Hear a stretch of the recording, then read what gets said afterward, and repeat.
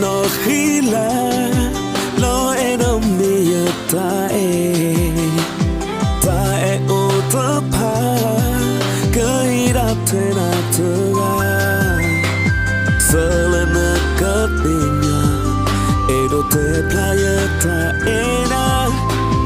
te tuga lo we lo wa ita so kamulana le poletini alo kwenta kokia ta eni kamwi hey don't need my aka na kami we yuta so ta kale kudoya so kamo te to kota ita mi ma bota you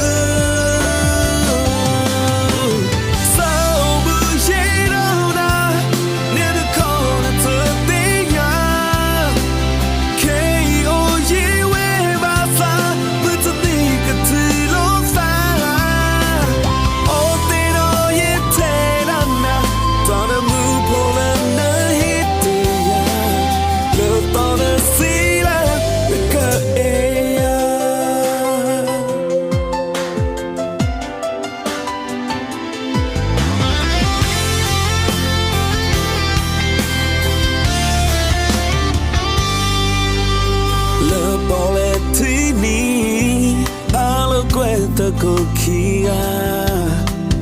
ta eni kamwi hey don't need my aka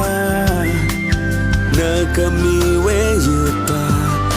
so ta kale kudoya so kamo te to kota ita mi ma bota you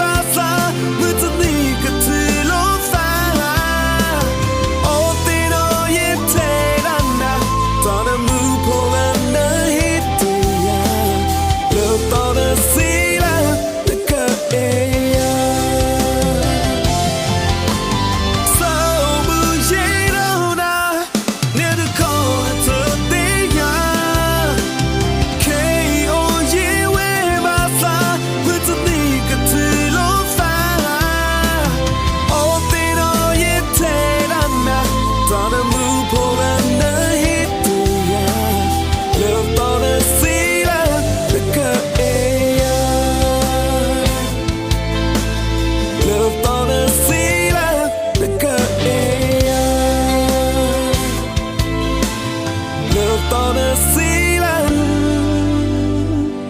the curtain.